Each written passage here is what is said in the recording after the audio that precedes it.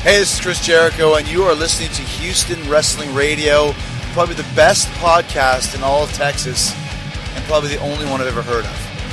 So crank it up and enjoy. To be the man, you gotta be the Iron Man. And I am the Iron Man, NWA's World Heavyweight Champion, and you're listening to Houston Wrestling Radio. This is WWE Hall of Famer Tito Santana, and you are listening to Houston Wrestling Radio. Arriba! Hello and welcome everyone to episode 56.1 of Houston Wrestling Radio. This is Abel. This is Travis. And Chris isn't here. And why is Chris not here? Well, Chris isn't here because we just got done recording a solid episode. Really, really good episode of an hour and a half, maybe a little bit more, worth of talk. And we went to go save the file, like how we normally do.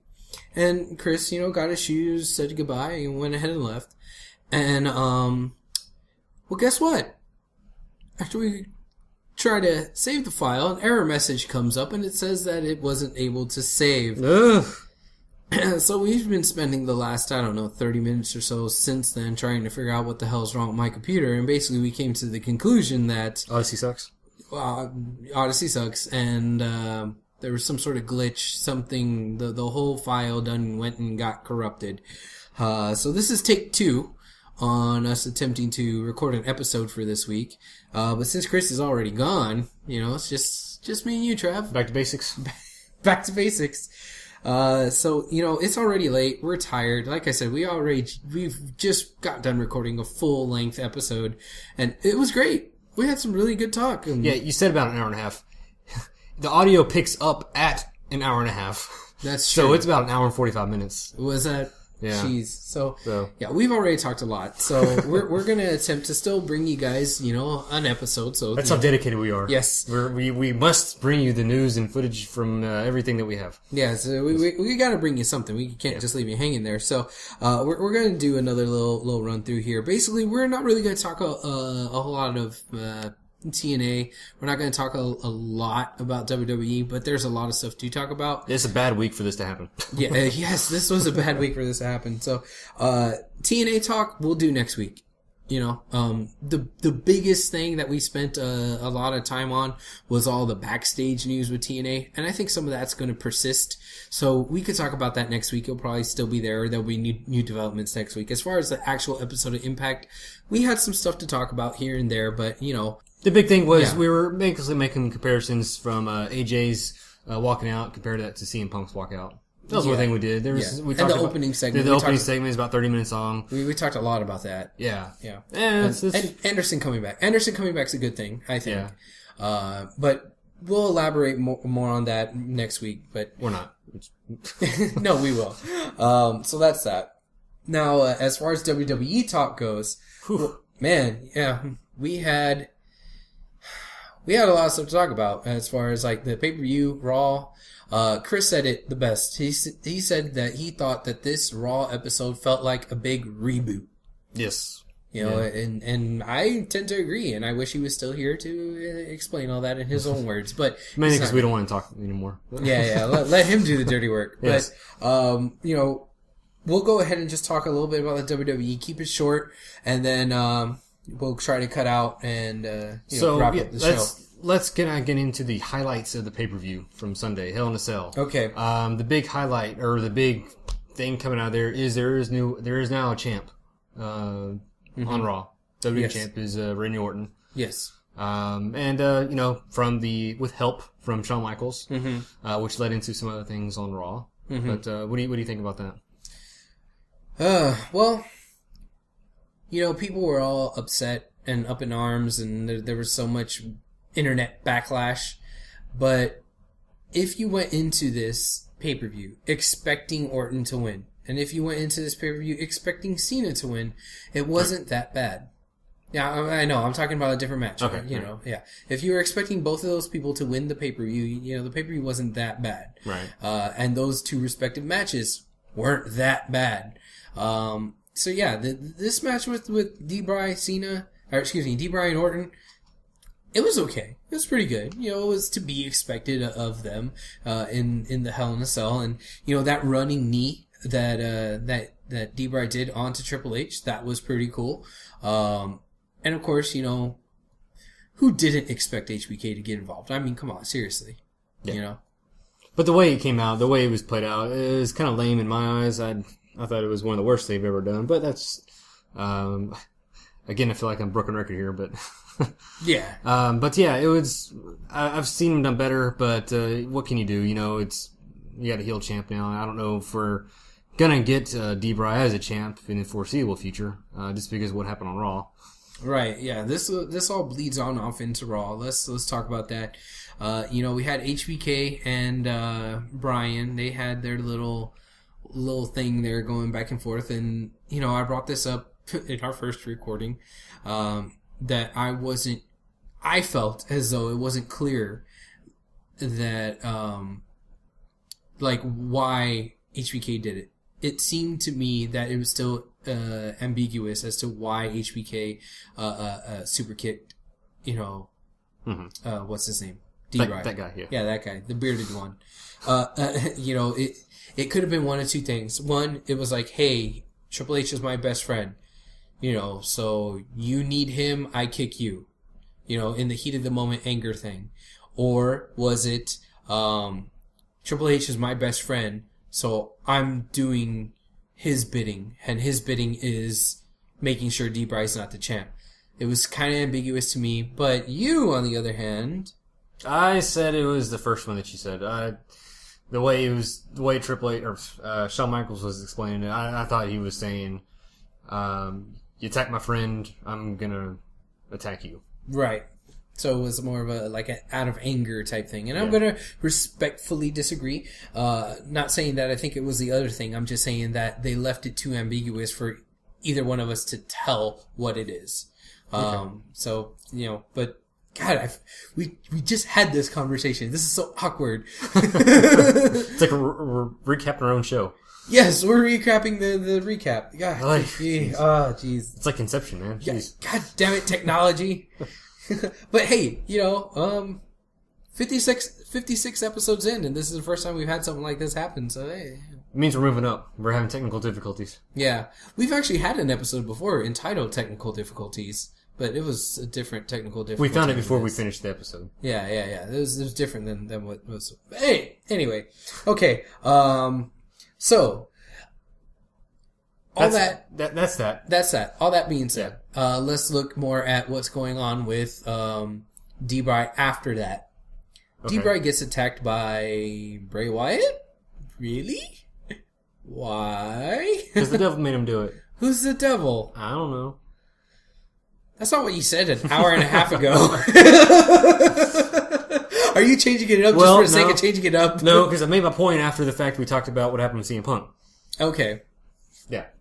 Also, we're going to try to literally recreate everything we said. Oh, God, I don't want to. Okay. So, all right. But it's for going back to the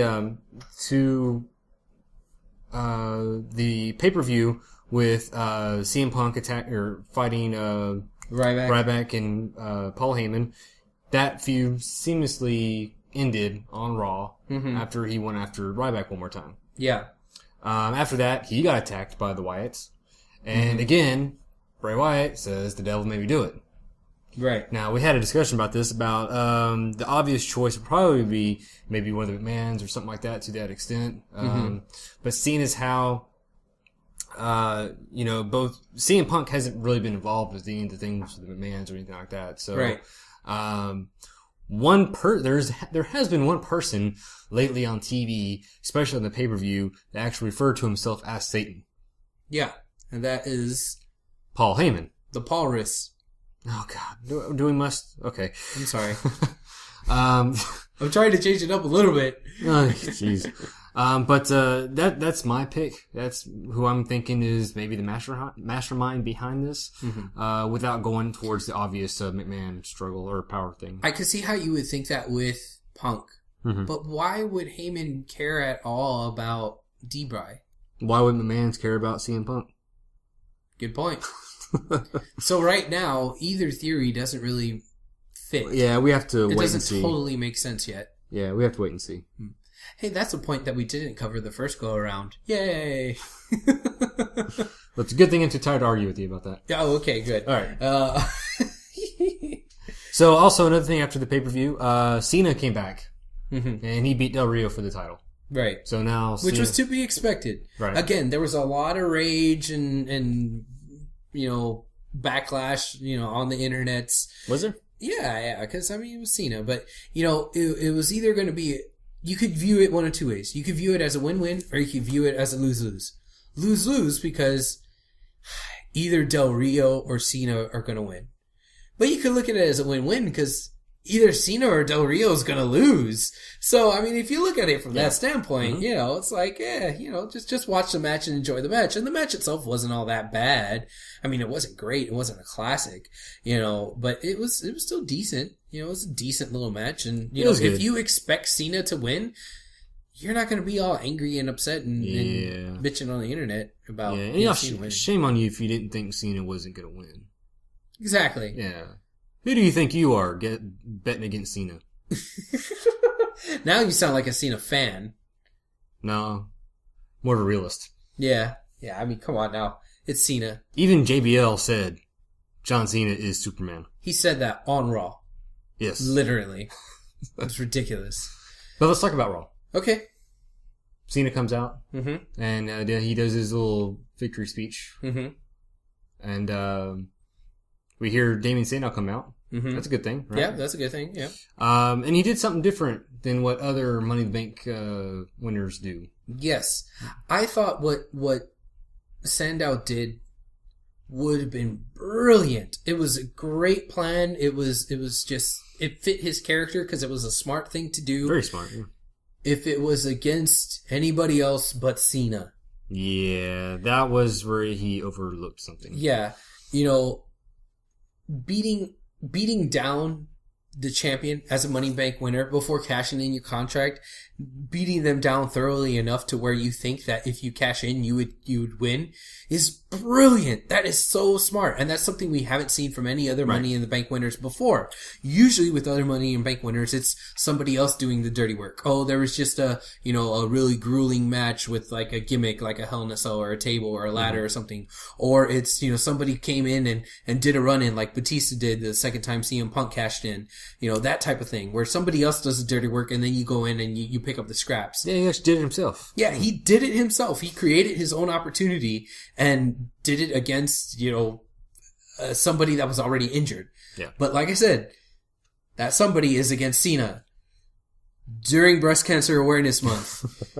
The night after he just came back, which also coincidentally is a night after he just won the title. Come on, man. Like, seriously.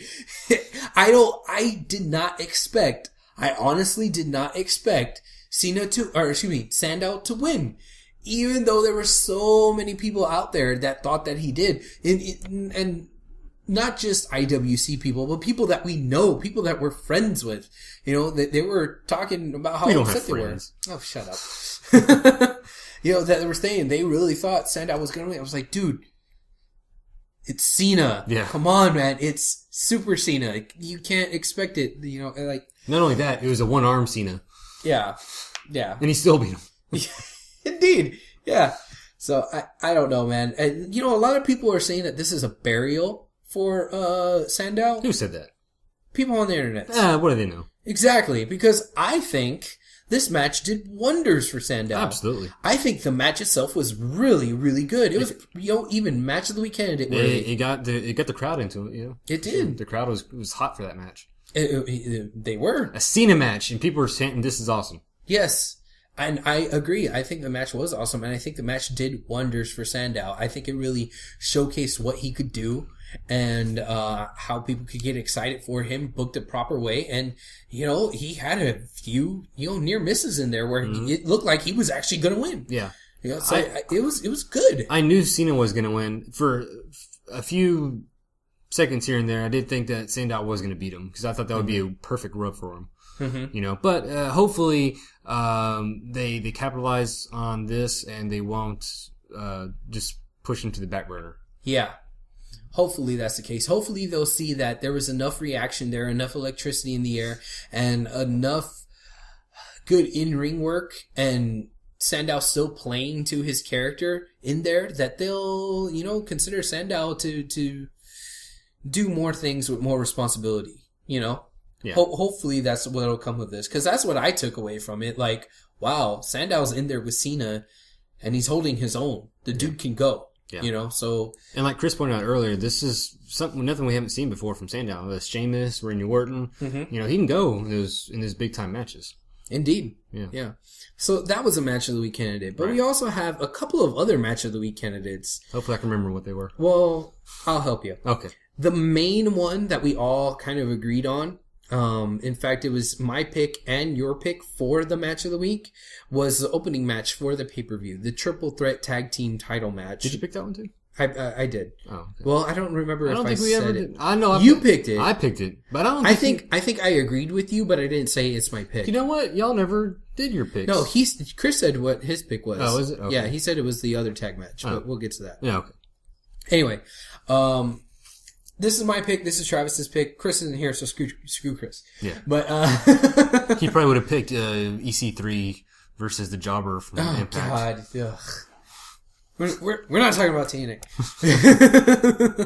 But okay. Triple threat match for the tag titles. This was a really great way to start off the Hell in a Cell pay-per-view. It was a great way to start off the show.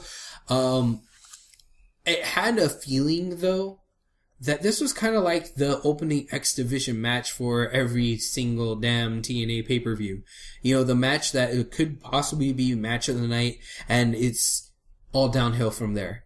It's like the match that sets the tone, and it's supposed to get better from there, but instead it overshadows everything else on the card, and everything doesn't live up to what that was in the first match. Yeah, I know the first time around we did talk about Goldust a lot. A lot, yeah, we did talk about Goldust a lot. We are all in agreement here that this is a resurgence of his career, and this is nothing but great. It's not just a nostalgia just to see an old character back, an old performer. I think we're just glad to see him in such good shape. He is in surprisingly good shape. Yeah. And I can't remember which one of you two disagreed with me, but I had said that this is probably the best shape he's ever been in. It's probably me, but you disagreed? I'll go with you on this one. Yeah. So just from one episode take to the next episode take, you just change your mind all willy-nilly? For the sake of not arguing back and forth, yes. You just want to be done and go to sleep. Pretty much, yeah. I got a job, man. I got a job too. No, you don't. I'm just off tomorrow. No. Jerk. The Houston Wrestling Radio is my job. Yeah. It's my second job. All right. That doesn't pay you. Yeah, right. Yet. ProWrestlingTees.com / Houston Wrestling Radio. That was a good plug there. Thank you. That's right. All right. So yes, Goldust is awesome. He's been booked to look really well. He's doing a really good job in the ring. Him paired up with Cody just works great. And we still like their theme music. We still like their theme music, yes. I'm glad they brought that back. Yeah, all of them, the Usos, the Shield, they know how to work together. Yeah, they all of them had really great chemistry. There was really great offense from all three teams. They were all doing some really cool stuff. And this is where Chris differed with us with Match of the Week. On Raw, the Usos versus the Shield, he liked that one more. He called that Match of the Week. And I think it was just because of the double spear there. No, he liked Goldust and Cody Rhodes versus the Real Americans. Yeah. I'm sorry. Yeah, that is the one. Because he liked the diversity of seeing them against Real Americans. Right, and the fact that we didn't see a big swing. Right. And we saw Swagger win. Well, that was your highlight of it. Oh, yeah. But Swagger was the one that came out with the win. Yeah. So, whereas over the last few weeks it's been looking like Cesaro was the one that they're going to really focus on, they kind of threw a little bit of a swerve in there and said, hey, no, Swagger's in there too. Actually, no. I've been seeing the last couple weeks. Cesaro will do the big swing. He'll tag in Swagger, and Swagger will do the ankle lock and get the tap out win. Well, there you go. That's what's been happening the last couple weeks. All right. There you go. Well, Chris isn't here to fully defend himself and to say all the reasons why he thinks that should be match of the week, but that was his pick. But that other match that I was talking about with the double spear with the Usos versus the Shield, that was another candidate. So we already have 4 match of the week candidates? They're all tag matches. So well, no, 3 of them are tag matches. There's the 6-man tag from the pay-per-view, then the 2 tag matches from Raw, and then the Cena... Oh, yes. Sandow. Yeah. Cena Sandow from Raw. Yeah. That's right. So there's your match of the week candidates. I believe that was all the ones that we had even brought up the first go around. Our picks were, for Travis and I, were the triple threat. Yeah. All right. There we go. We don't really need to talk about Big E and Ambrose in the interest of time, even though, I did, but let's skip over that. Kane's return. I do want to reiterate my analysis of the reason why there is both an IC champ and a US champ. Oh, yes. If we have time, sir. Yes, go ahead. Throw that one out there. That was funny. One of them is the backup, the bench warmer, if you will. Mm-hmm. It's like, say, if you have Curtis Axel gets injured, they just substitute him in that title for the other title. For the US title. Yeah. So if the IC title holder, has... is scratching his butt or injured or whatever, Where's Curtis Axel? Yeah, it's just Curtis Axel. You conveniently have another mid-card title to just, That's why they have 2 of them. Yeah, that's why. Yeah. And if Ambrose was to get injured, they would just bring in Curtis Axel. Yeah. Makes perfect sense. Because they're props. Yeah. That's it. That's all they are now. Pretty much. Yeah. You need a Big E to go against the title holder. One's injured, bring another one. Yeah, why not? Simple as that. Simple. Yeah. Okay, moving on. All right, moving on. Let's see here. Let's talk about Kane. Kane's comeback. Kane at the pay-per-view, whatever, fought, or he didn't really fight, but no, he came out, saved Miz and attacked Miz. Right, which is okay, whatever, but it's cool that he's back. Yeah. Where it really gets interesting is on Raw, where he comes out, does that little promo where he calls out Stephanie. Stephanie comes out. Which was weird in the first place, just calling out Stephanie. Yeah, just out of the blue. It's like, okay, where's he going with this? But this kind of led to all the stuff that Chris was saying, that this just seemed like a reboot. There were so many swerves, so many left turns at Albuquerque on this episode of Raw that it's kind of a good thing, But anyway, he basically tells Steph, hey, I'm your new gun for hire now. So that's interesting. Now, one point that I'm going to bring up again is how well Stephanie acted that out and how well her facial expressions were once Kane took off the mask. Was walking towards her, then took off the mask and handed it to her. At first, she was like, okay, what's this big crazy psychopath doing that's walking up towards me? And then it was like, confusion. Okay, Kane, why are you taking off your mask? And then it turned into, I'm kind of figuring this out. And then it turned into like an evil smile, her laughing on the inside, going, Mwah! She did a really, really great job at just emoting all those things with just her face. She didn't say anything, but it told a story just through facial expressions. She should do that more often. Less talking. I don't know about that, but... Okay. I don't know, I like Stephanie. I like looking at her, but I don't want to hear her talk. That's terrible. All right, so Kane's a gun for hire now. That's interesting. It's weird. It's just so left field. It is left field, and I don't want to hate it, but I don't want to like it either. The reason it's weird is because, first of all, him and Stephanie, that's just weird in general. But the fact that he's coming back from being dragged away with the Wyatts, like back in SummerSlam. Mm-hmm. There's no connection with that at all. As of yet, anyways. Well, I mean, maybe this is leading to... I mean, I know that you said you think that the devil could be Paul Heyman. Mm-hmm. Well, if the devil is Triple H or Stephanie, well, then that kind of makes even more sense to do a tie-in with the Wyatts. Because all this time that Kane's been gone, everybody's been thinking that Kane's going to do one of two things. Either he's going to come back to feud with the Wyatts, or he's going to come back to fight against the Wyatts. Mm-hmm. Well, if the devil is Triple H and or Stephanie, who's the devil's favorite demon? Kane.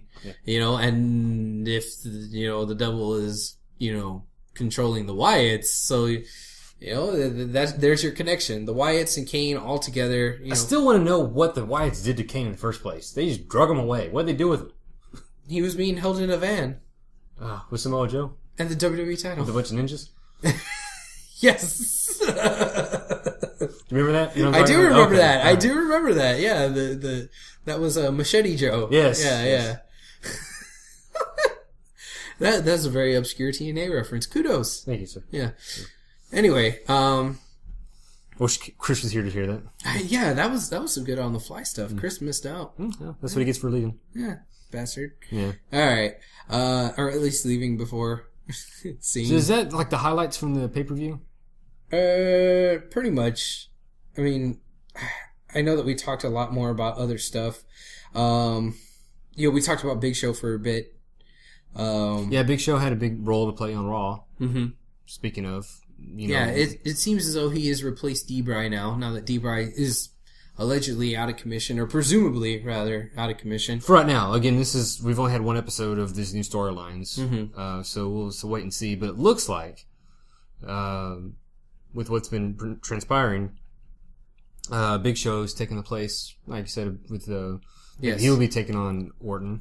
I suggested earlier that maybe it'll either be him versus Orton, or possibly even going up against Triple H. Yeah. Depending on where they want to go with that.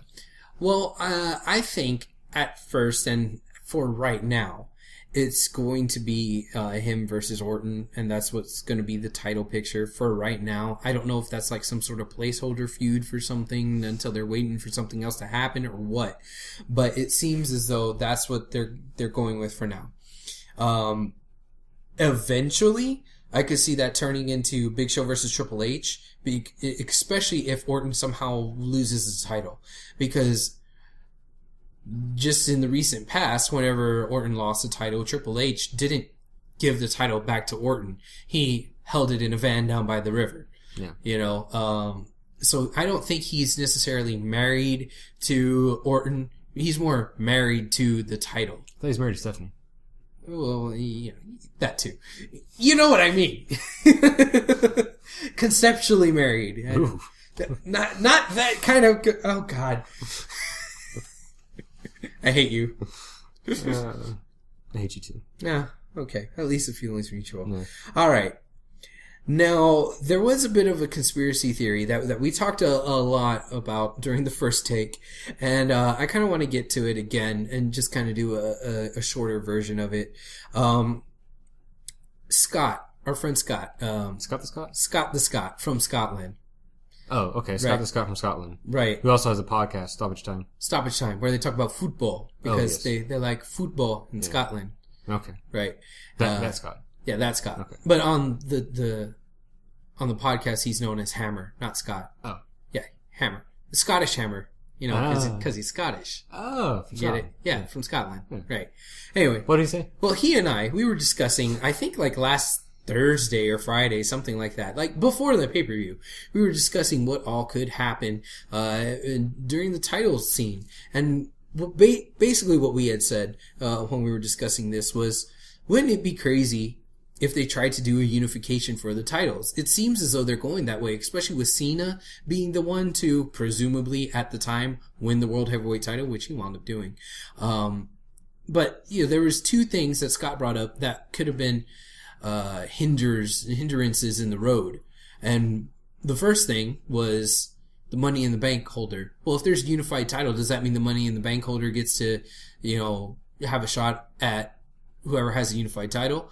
And then the other thing, too, is the Royal Rumble winner. Well, who's he going to pick? I mean, is it still a picking thing? I mean, it's just, whatever. So we started discussing that. And then I said, well, no, the easy thing to do is just have the Money in the Bank winner cash in quickly and lose. And that's exactly what wound up happening. Mm-hmm. So that was an interesting thing that happened there. And then the other part of that was, Royal Rumble winner. Well, it all really depends on when they have the title unification match. If they have the title unification match at Mania, then it'll be kind of weird. And this is what Chris was talking about. We could have the World Heavyweight Champion versus the WWE Champion in a three-way versus the Royal Rumble winner. But I don't think that's going to happen. No, we both agreed on that one. Yeah, I don't think that WWE is down with having triple threat matches as the marquee matches for WrestleMania anymore. And there was a point in time, and yes, Chris brought all that up, that there was a point in time where that could have happened, but I don't think it could happen now.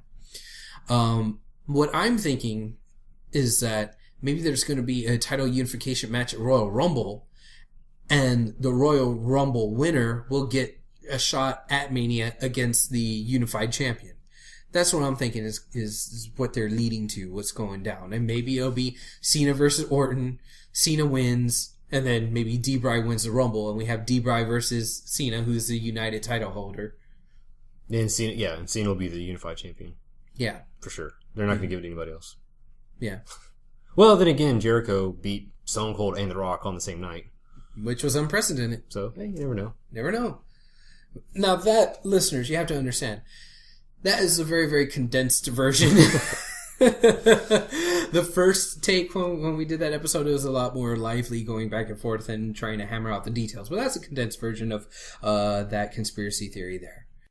All right, so it feels as though we talked a lot more about WWE and we expounded on a lot of other things, and we might be missing something right now. But again, this is our second take, and it's getting late, and it's just me and Trav, and we're tired, so we're going to wrap that up right there. You think so, Trav? Unless there's anything else you want to touch on right now? Man, I know we talked about so much. What was your overall thoughts on the pay-per-view? Overall, I thought it was okay, especially if you are expecting Cena and expecting Orton to win. Is that what you were doing? I can't remember what our predictions were. I know that I predicted Cena to win. I can't remember what I predicted for D-Bry Orton, but I remember, like on the show last week, I can't remember what I said on the show last week, but I do remember when I was watching the pay-per-view thinking, okay, don't get too excited, because, you know, you can't get too excited for D-Bry winning anymore. You know, I remember thinking that. Clearly, so if you were looking at it from that standpoint, and you knew that that's probably what was going to happen, I didn't get too worked up or upset about it. So I was able to enjoy the show and enjoy the in-ring work a little bit more. It wasn't the best. It wasn't the worst. There was high points. There were low points. Wait, so you're just being a fan? You weren't being a mark? Yeah, I was. Wow. Yeah. What'd you think about that? Hey, it was kind of nice. Yeah. Who'd have thunk it? Not me. Yeah. What did you think? It was, well, I think what I said was, it wasn't bad, but it wasn't really great either. It was, I'd give it maybe a 6 or 7. A B plus? Yeah. This is a B plus. A 4 out of 10? I see what you did there. Yeah, okay. 5 out of 10. 5 out of, well, just to spite you. Speaking of 4 out of 10. Nice transition. Yes. Do you want to chat a little bit about your adventure this past weekend? Yeah, sure. I know. Or re-chat. Yeah, re-chat. Okay, gotta recap what I said here. Yeah, recap your recap. This past Friday, Saturday, Sunday, I was in San Antonio at the Alamo City Comic Con. I know we mentioned them a few times in the past on our show, because, you know, they were having quite a few wrestlers there. Yes. And most of them were, well, some of them were from, you know, our past, I guess, adventure with Clutch City Productions over in Pasadena. So, you know, I was able to see, you know, Hall, Nash, X-Pac again. Buff was there. Scott Norton. I saw Scott Steiner again. Yeah. That was cool. Yeah, we saw him over at Compalooza. Bumped into Hernandez, talked to him for a little bit. You know, he did tell me, this weekend coming up on his show over, you know, he has his own show, his own, Indie Fed over there in San Antonio. It's called River City Wrestling. Check this out. Their next event, which, is this weekend, it's gonna be, Devon versus Homicide. Nice. Yes. So, Devon versus Homicide. That sounds violent. That sounds like it would be quite the slobber knocker. Yes. So, I just, you know, I told him I'd give him a, you know. Is there any gimmick or stip to that match, or is it just straight 1-on-1? Not that I know of, but knowing them two, it's gonna get out of control.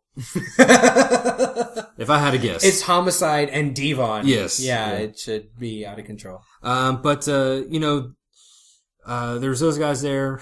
Virgil was there. So his line was ridiculous. I know Chris asked you this, so I'm gonna ask you it now. Okay. Were you able to avoid eye contact with Virgil?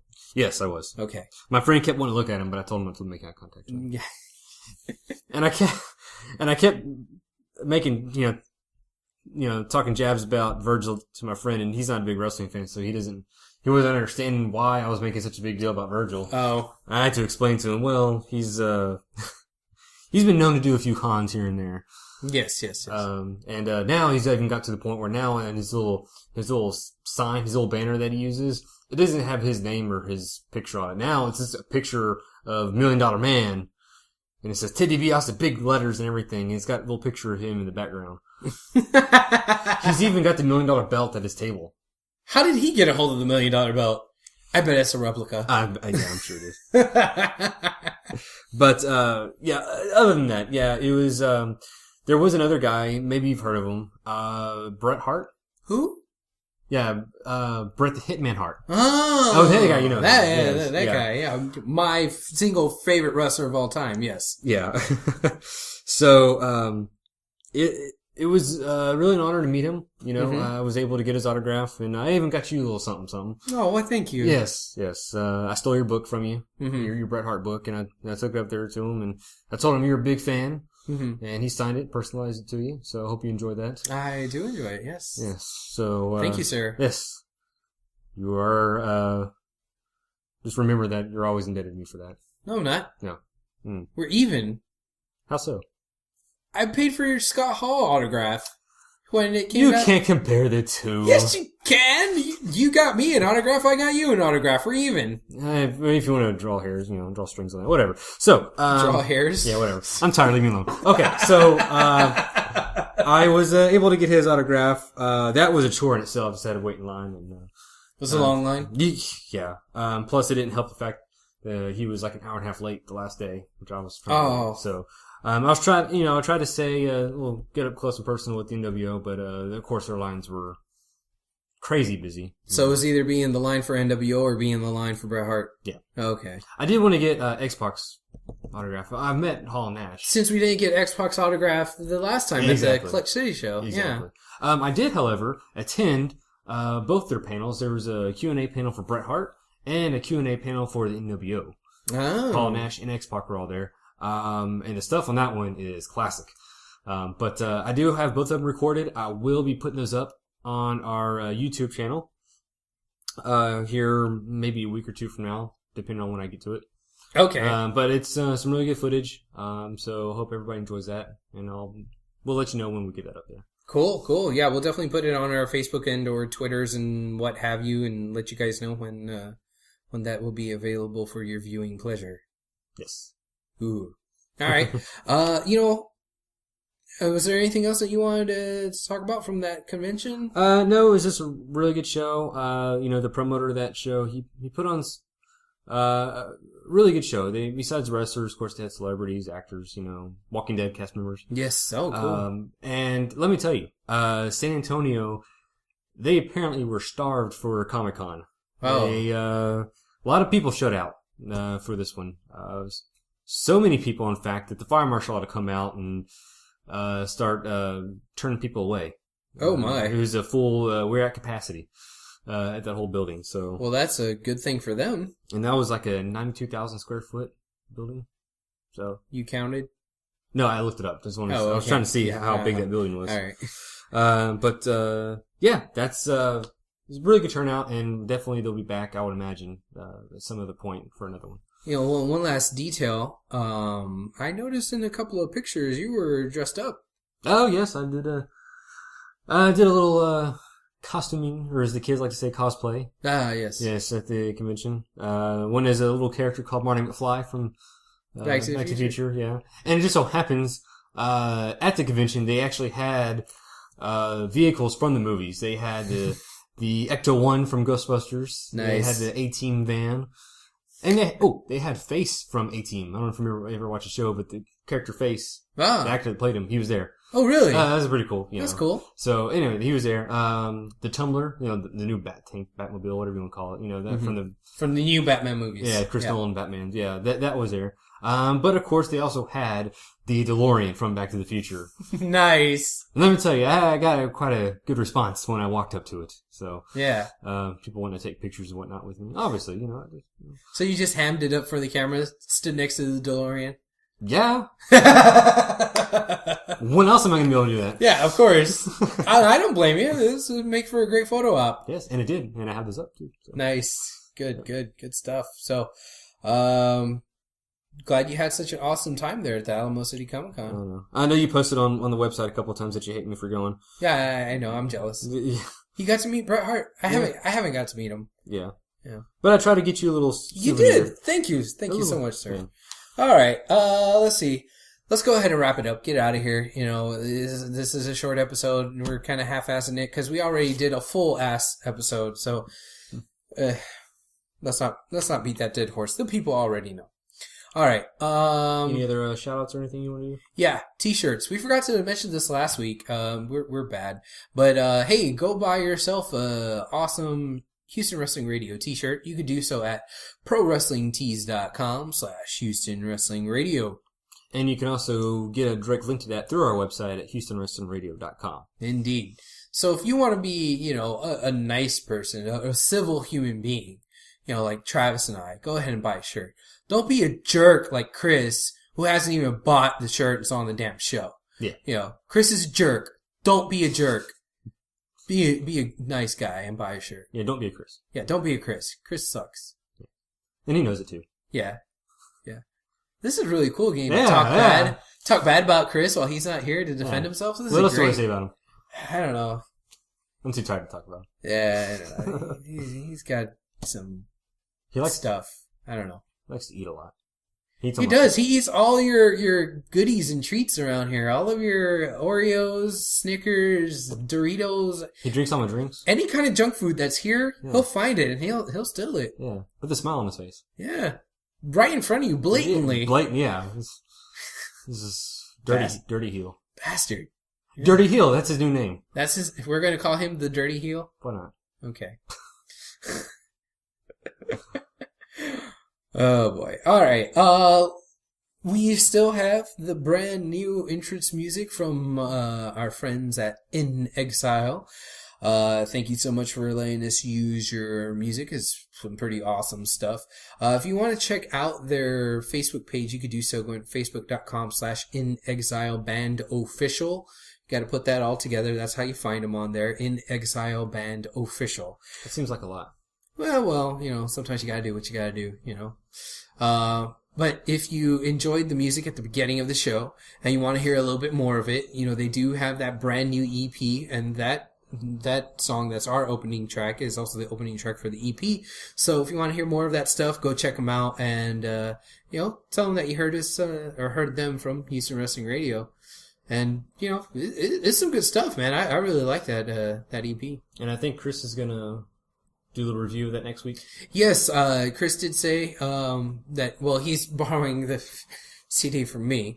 He's going to take a listen to it, and he said he's going to do an actual full-on out review next week. Who'd have thunk it? This guy doing a review. You know, it's not very often that anybody, you know, that's not, you know, a regular WWE DVD or something like that gets to have a full-on out review on our show, so. Pretty special. Yeah. If he doesn't forget. Right. Or loses the CD. Yeah, that's possible. Yeah. But anyway, In Exile, Arnold in particular, hold on to your butts, because, not literally. well, yeah. Well, it's Chris, so maybe literally. You don't want to, you want to make sure you know where it is at all times when you're around Chris. See, this is great! You get to make fun of Chris when he's not here. Yeah. Anyway, so yes, next week. Ta-da.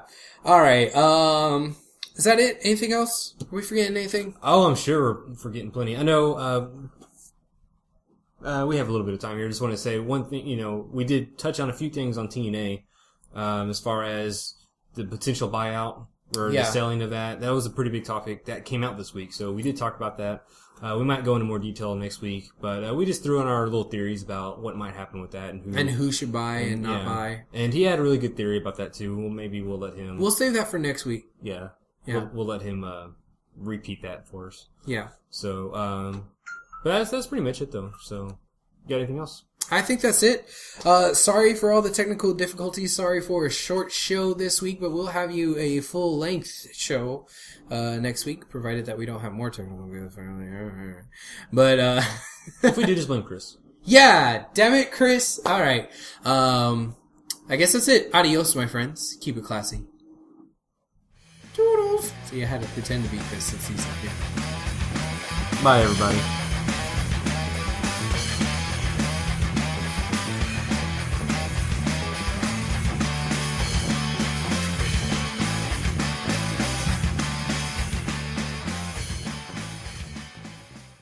That was wonderful. Bravo! I loved that. Oh, it was great. Well, it was pretty good. Well, it wasn't bad. Well, there were parts of it that weren't very good, though. It could have been a lot better. I didn't really like it. It was pretty terrible. It was bad. It was awful. It was terrible. Get him away! Hey, boo! Boo!